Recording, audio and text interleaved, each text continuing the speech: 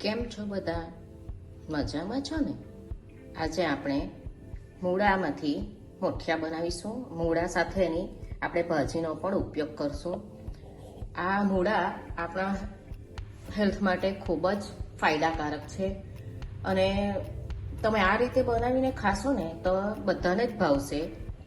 મૂળાના મુઠિયા બનાવવા માટે મેં 2 મૂળા છે, 250 થાય છે આ મૂળા. ઘઉંનો કરકરો લોટ લીધો છે 1 વાડકી, અડધી વાડકી જુવારનો લોટ છે, અડધી વાડકી બેસન લીધું છે અને અડધી વાડકી ચોખાનો લોટ છે. તમારી પાસે કરકરો લોટ નહીં હોય ને તો તમે ઝીણો લોટ લઈને અડધી વાડકી રવો લેવાનો.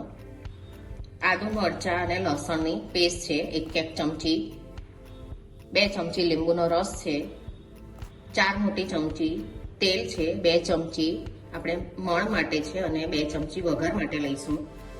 તલ 3 મોટી ચમચી છે, તે પણ આપણે 1 ચમચી વઘાર માટે અને બીજા તલ આપણે અંદર લઈશું.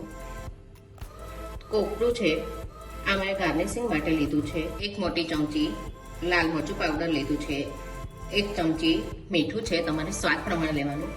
1 ચમચી મેં ખાંડ લીધી છે, ઓપ્શનલ છે. ધાણા જીરું પાવડર છે 1 ચમચી, નાની ચમચી અજમો લીધો છે, નાની ચમચી હળદર છે અને ખાવાનો સોડા લીધો છે નાની ચમચી.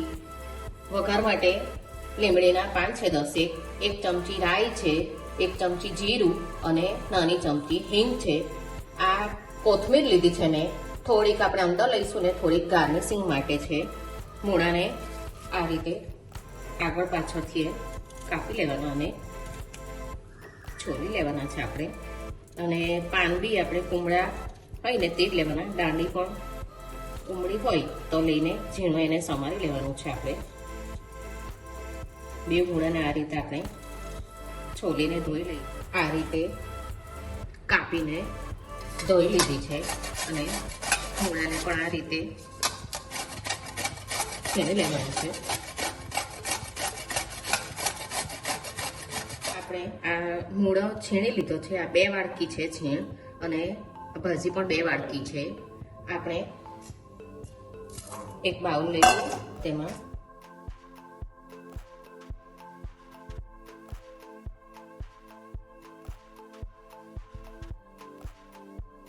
ભાજીનો ટેસ્ટ આમાં ખૂબ જ સરસ આવશે અને આ રીતે બનાવશો ને તો બધાને જ ભાવશે.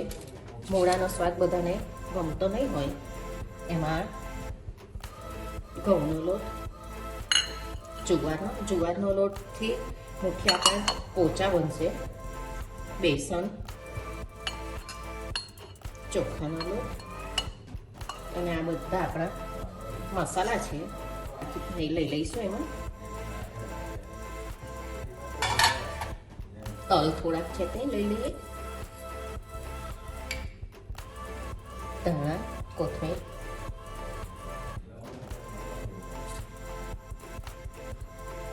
આદુ મરચાં અને લસણની પેસ્ટ છે તે. આનું પ્રમાણ બી તમારે તીખા ચોઈતા હોય તે પ્રમાણે લેવાનું. લીંબુનો રસ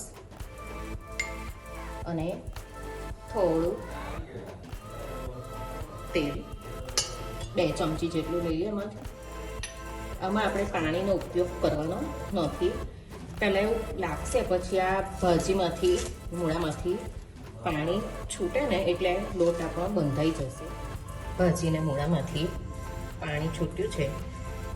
તમને એવું લાગે કે બહુ કોરું છે તો 1-2 ચમચી લેવાનું, વધારે નહીં લેવાનું. અને ઢીલું થઈ ગયું એવું લાગે તો ઘઉંનો લોટ 2 ચમચી જેટલો લઈ લેવાનો. મુઠિયા આ રીતે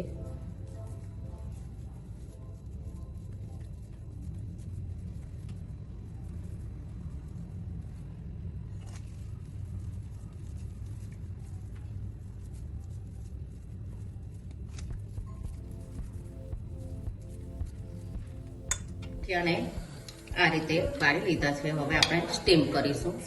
આ રીતે પાણી ગરમ કરવા મૂકી દીધું છે. આપણે 15 થી 20 મિનિટ માટે સ્ટીમ કરી લઈશું અને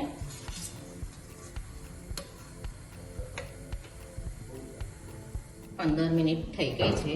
આપણે જોઈ લઈશું.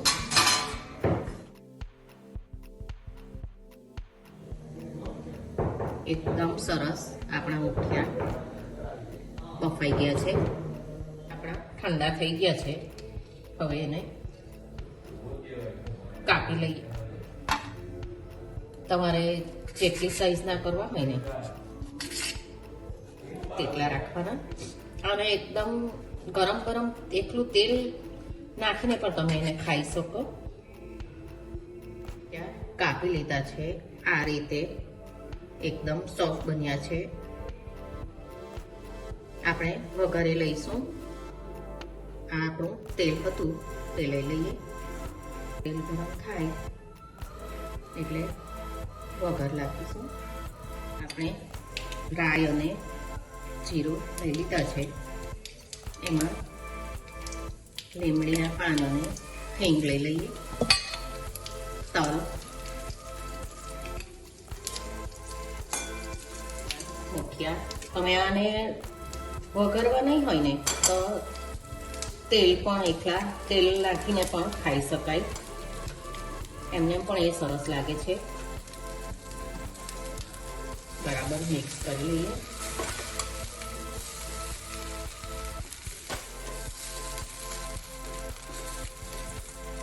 આપણા મુઠિયા એકદમ સરસ થઈ ગયા છે. વઘાર જે કરેલો ને તે બધું બરાબર મિક્સ થઈ ગયું છે. હવે આપણે એને સર્વ કરીશું. મુઠિયાને ઉપર હું આ લીલા કોપરાનું છીણ